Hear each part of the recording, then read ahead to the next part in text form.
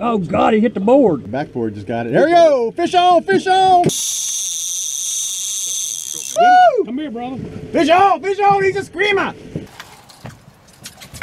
That's how shallow we are right there, man. Turning the mud up.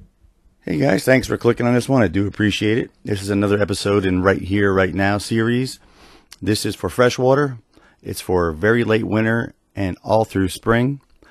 This is using planer boards to pull baits extremely shallow in the backs of the creeks where the stripers are feeding on shad and herring.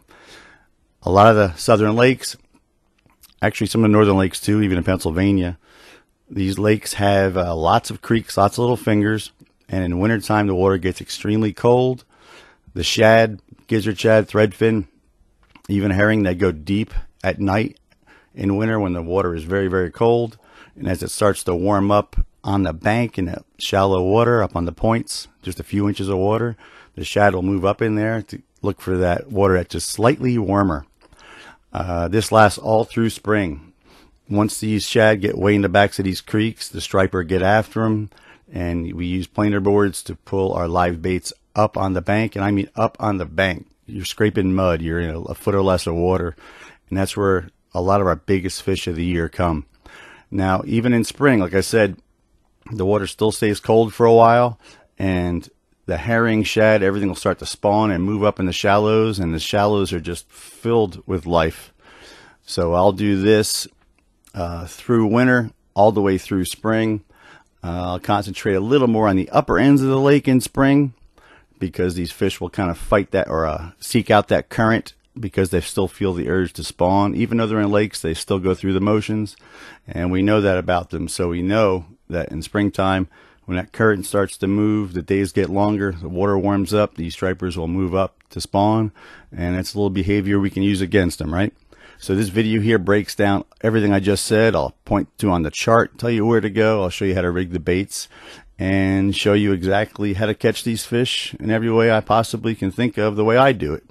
If you have opinions on here, I'd love to hear them, guys. Little tricks and stuff for catching these fish in spring, please post them up here.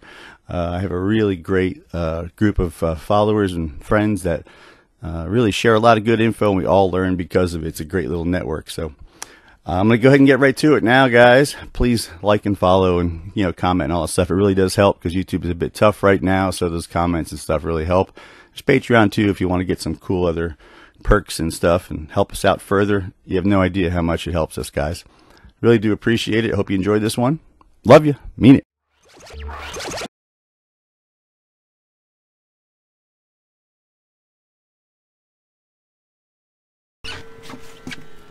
Gizzard shad is on the menu today. They're decent size. They're not like freakish or nothing.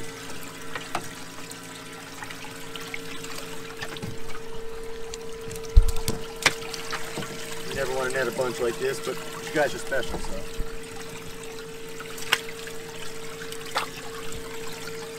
I'll net a bunch for you. Here's a pretty one.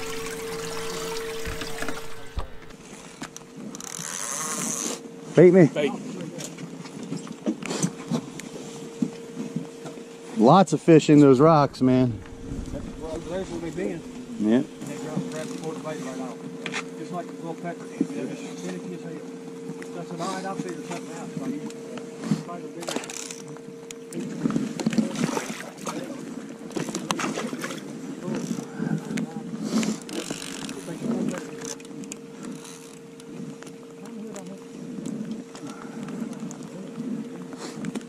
Put the board on back.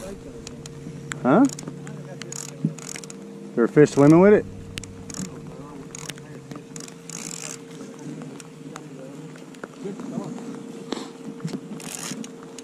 Sir.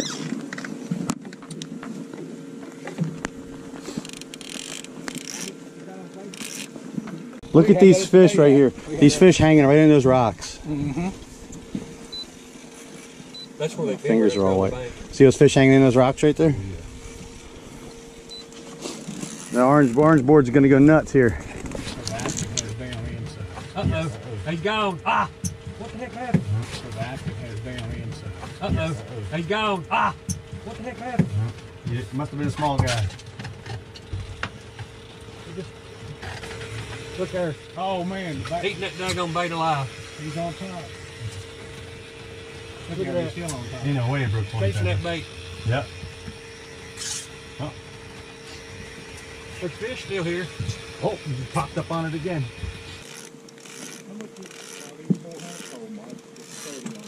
Well, I have stacked, so I have braid. So you got braid behind. Yeah, I have 50 yards of braid and about one. There's just under 200 yards on there, which is a lot for. Yeah.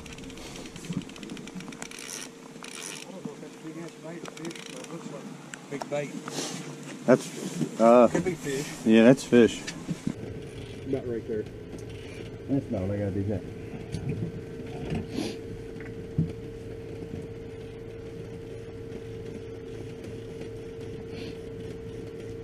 Right here, keep an eye on this one. Close one? That front board just got a little. This is right here on the inside. Got a little inches. Sure did. Backboard just got it. There we go! Fish on! Fish on! Fish on! Catch him, baby! Catch him! We'll go back with this one. Oh, yeah, that's the one I was watching first. I might need you to clear a line. If he's going right to the front, I'll speed us up. Yeah. He's going to look at you.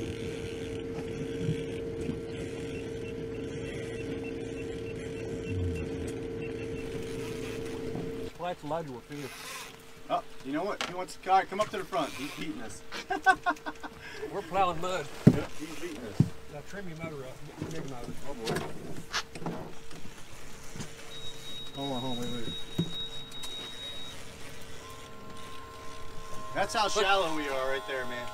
Turning the mud up. Why don't you get a net for him up front?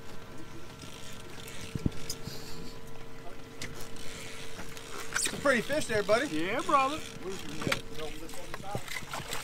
Just come up here and lip him. Come here and lip him.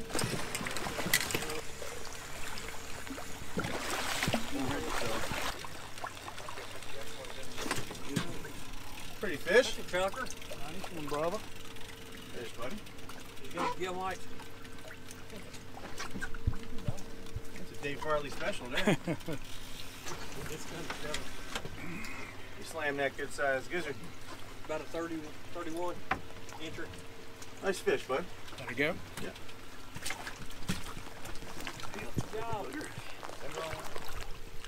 Ready? Way to break the ice, bud. Congratulations, brother. Good job, man. Thank you, buddy. It breaks your neck too. I'm glad it wasn't a circle hook. What's that? I believe the fishing got better instead of moving.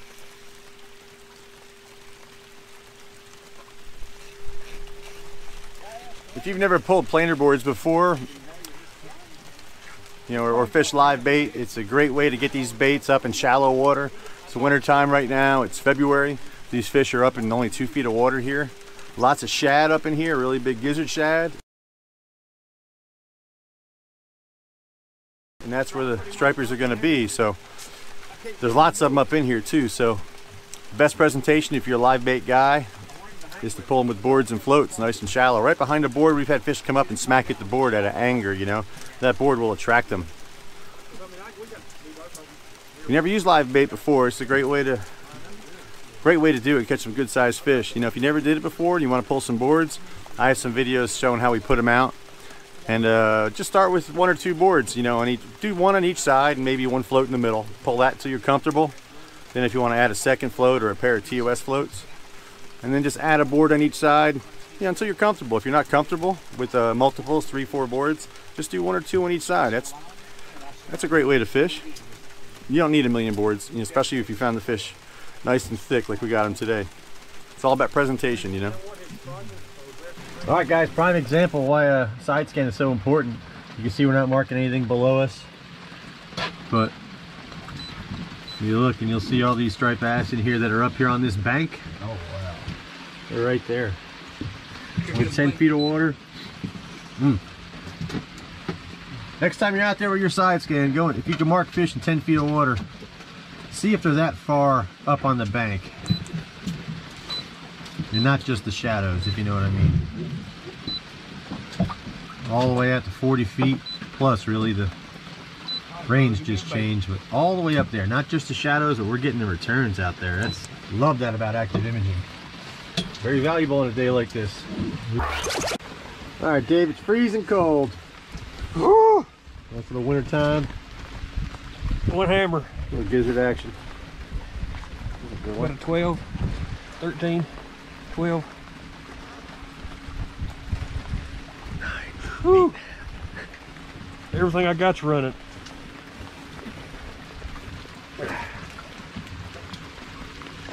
You all right? You're shivering so darn much. How he gently squeezes the fish. I'm gonna put this one up the top.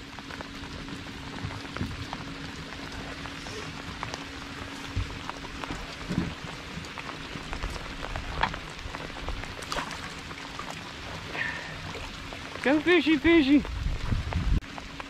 I wish it would just be a little colder so it would snow. It would be a whole lot drier. I can't tell if my nose is running or it's raining. Watch this inside one. Oh God, he hit the board. Wow, smacked the board. That board ticked him off. Did you see what a body on that fish? I didn't. Oh, he got him now. He swarped, actually chewed at the board. See, the rod tip's still bouncing. I knew we shouldn't have went nowhere. We don't need to go nowhere.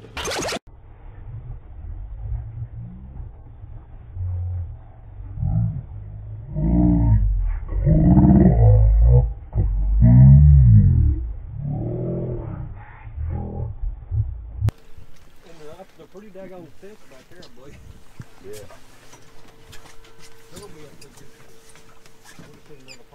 Yeah, same we do in salt, same we do in fresh, just pulling boards, getting them up on the bank, real shallow, only 2 feet of water where he just hooked that last fish. No weights on these, just letting them swim. Pulling along with the trolling motor. I get another board out.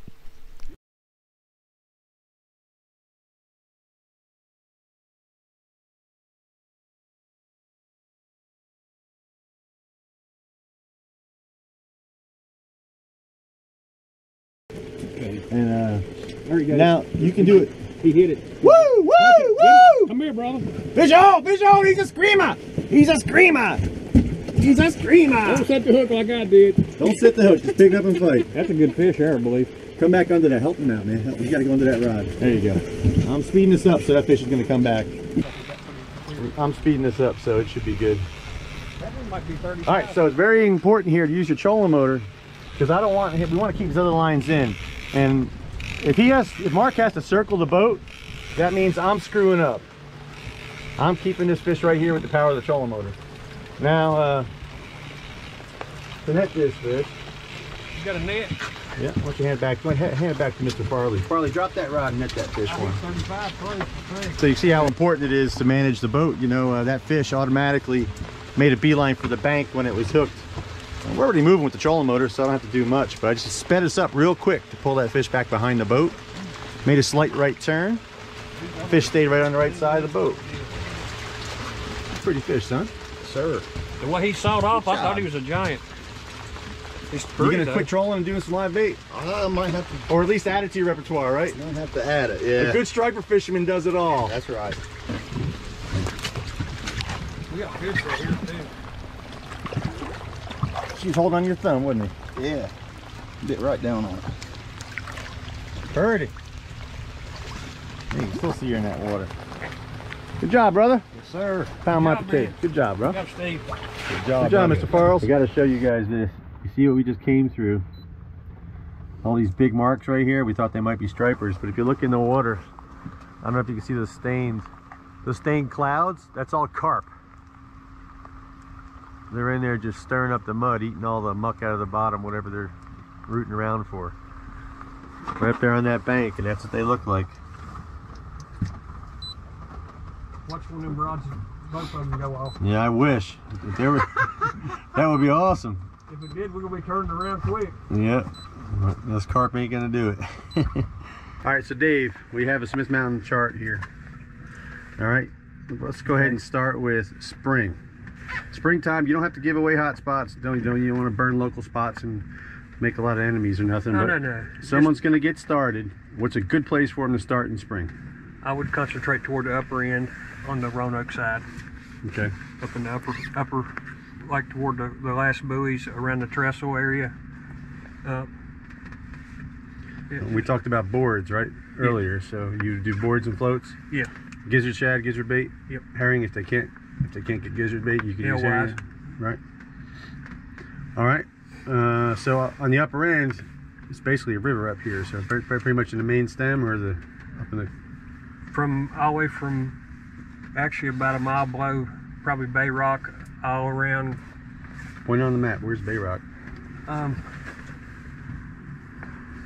There's Hardy Bridge here. It's right in this area, but I would concentrate anywhere from Mormons all the way up the river channel. Basically anywhere up here in this stretch. Yep. All right. And they even, this is all good areas down through here too, and all these creeks, any creeks.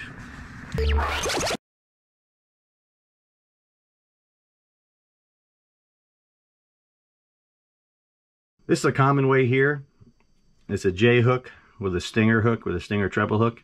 It's been around forever. It's just a great way to get, you know, a lot of good hookups on even medium-sized fish when they're taking baits that are too big for them.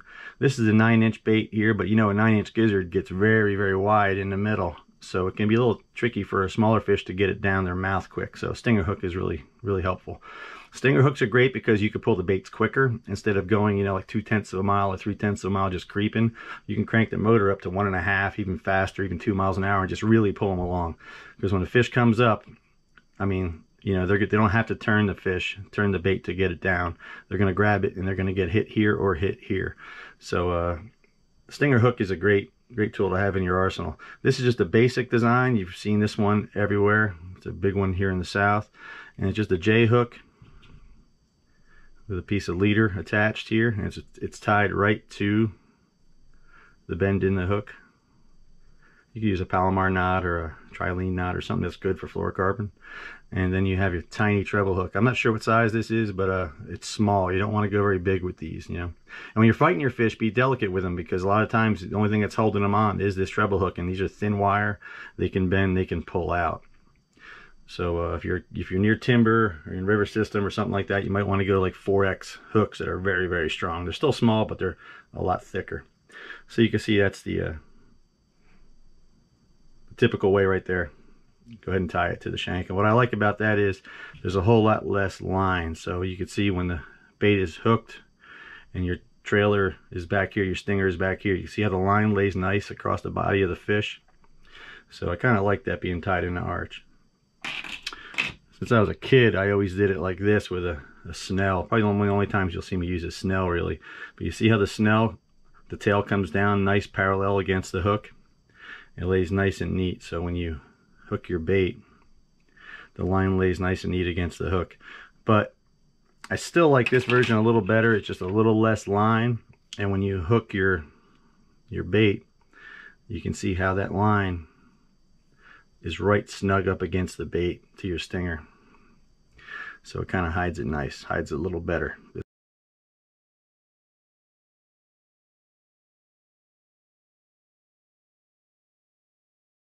Now this is another one. It's this little trick here is a good one. This one will win a tournament here. I have never showed this one before, and it goes with the idea of, you know, when a fish will not hit a bait with a big honking scary hook in its face, it just won't hit it. We'll just delete it. You know, a lot of the times the fish just hits the stinger anyway.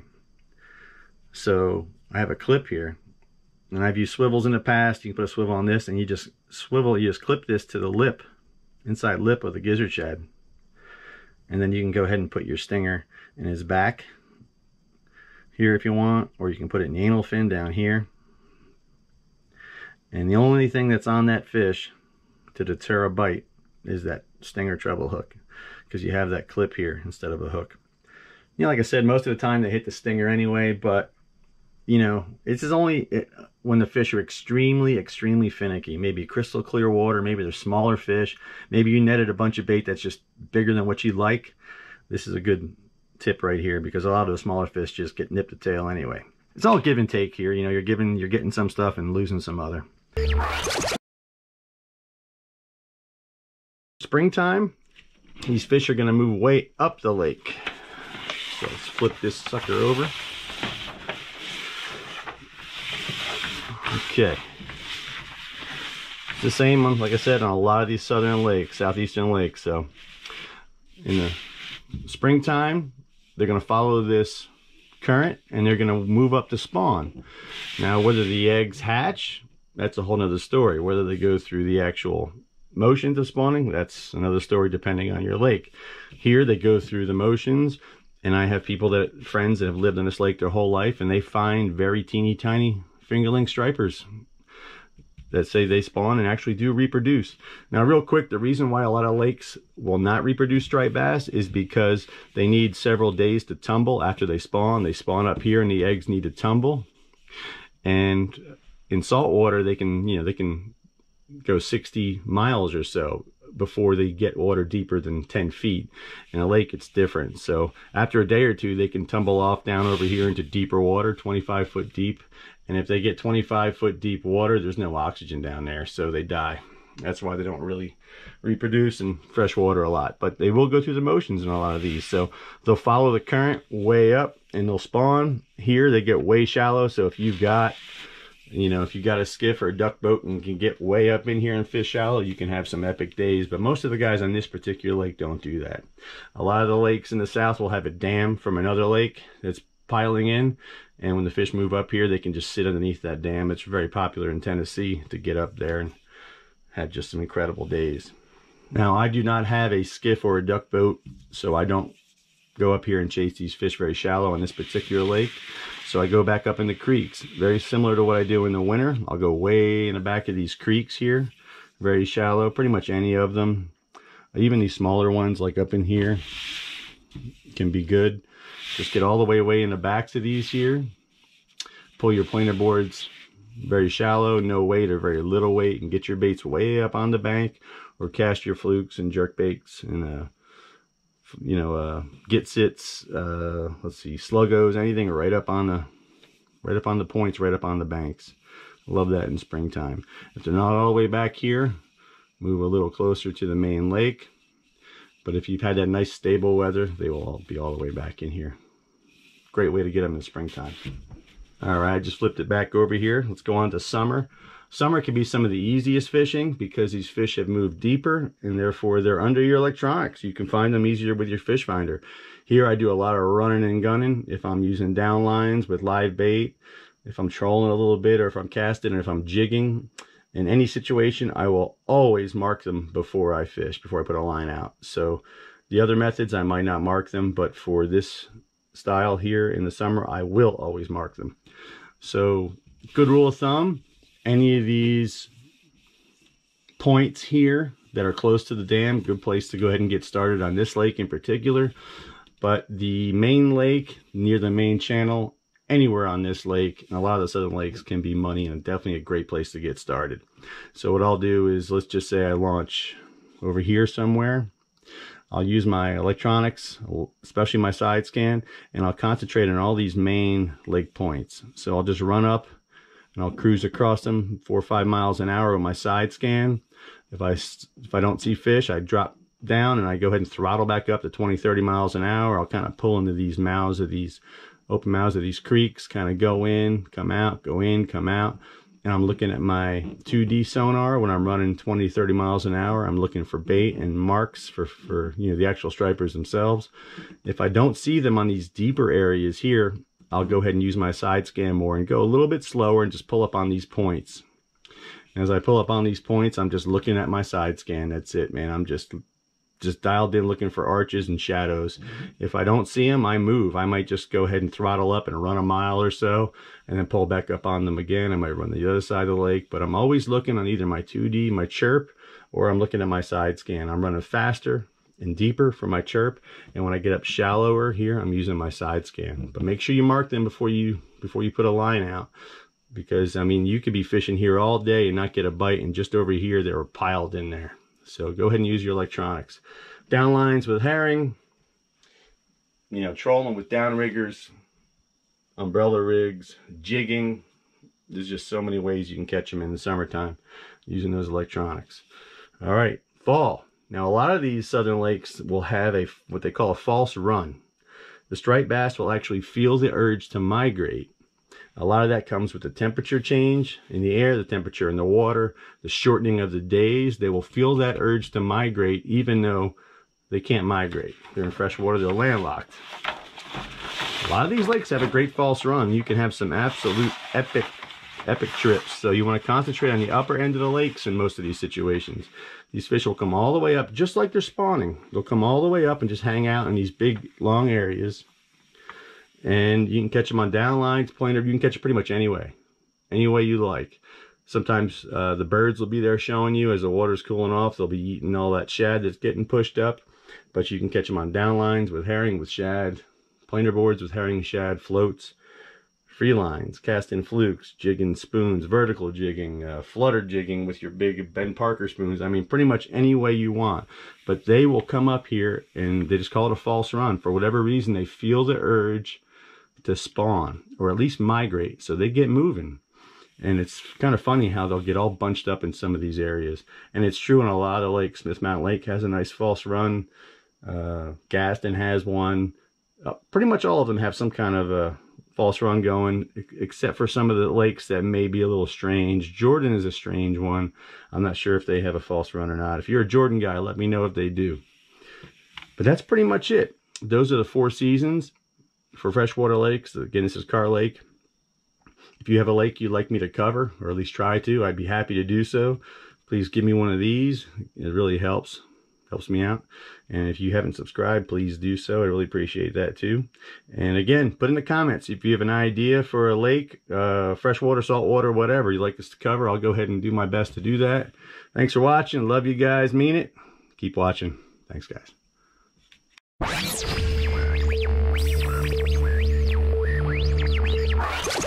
And what's cool about striped bass in these southern lakes is they behave similarly in a lot of them. So what's good for here will be good for a lot of lakes. So even if this is not your lake, you can follow a lot of these patterns and really do well. All these creeks can be great if they warm up. Look for bait, you know, pull in the back of the creeks. You see bait flipping, there's stripers there. At around noon, you know, when the sun has warmed a lot of this water way up here shallow, I'm talking like less than 5 feet of water, the shad will move way up shallow and the stripers will go after them. So a great place when the weather's been stable is to pull planer boards with live bait or cast small flukes, 4 to 6 inch flukes. Anything from silver to green. I love chartreuse and green. You can cast up in these shallow areas on these points, rattling rogues, jerk baits, anything that you can work shallow. These fish will move way up in here chasing the shad. So, I mean, I'm talking way back in here, you know, pull your baits all through these creeks. Now, any of the creeks will work. You know, some will work better than others. That's up to you to find out. And you can see our spread right here. We're just trying to get them up across this bank over here. As the water gets warm around this bank here, the shad move up and the bass move up after them. So, and the planer float works perfect back there with these boards. You can see it doesn't pull way out like a planer board does, but it works really well with them. It's right there, right behind them, and you can see in relation to the boat where those boards are. And we're using big baits. We're not being shy. Show me a bait there, Zach. Scoop a few of them out of there.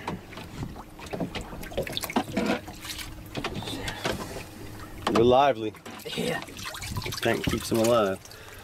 So, you know, they're decent sized baits. They're kind of like a menhaden or a bunker. They really pull. And these boards are doing well. Hopefully we'll catch a few fish and show you.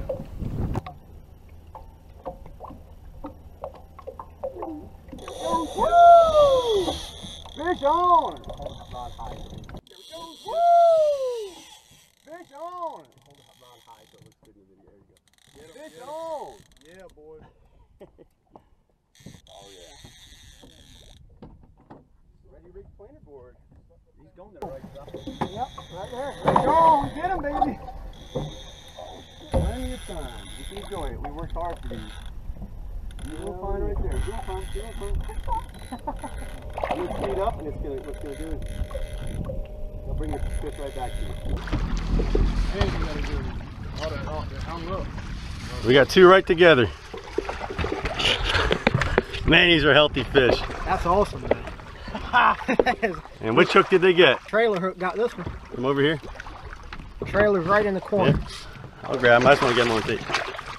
Beautiful fish. Beautiful. Beautiful. All right, we just had a double. We actually almost had a triple here. We're going to go ahead and turn him loose. That fish was just under 13 pounds. Boat's moving forward, so just turn her head forward.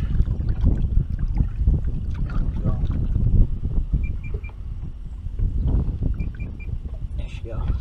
Nice. Good job, brother. Thank you, man. Good job. Here, baby. Got some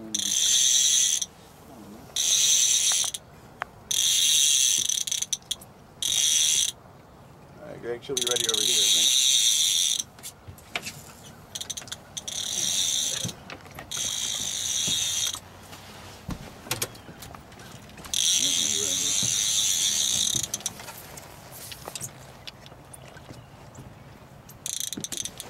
Keep it on the fish.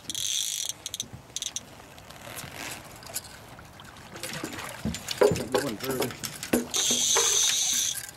Got her.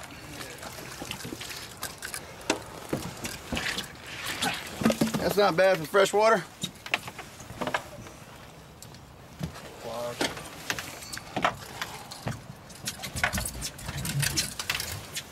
Just keep taking it. 24 in the butt. 24 and a quarter, 24 and a half.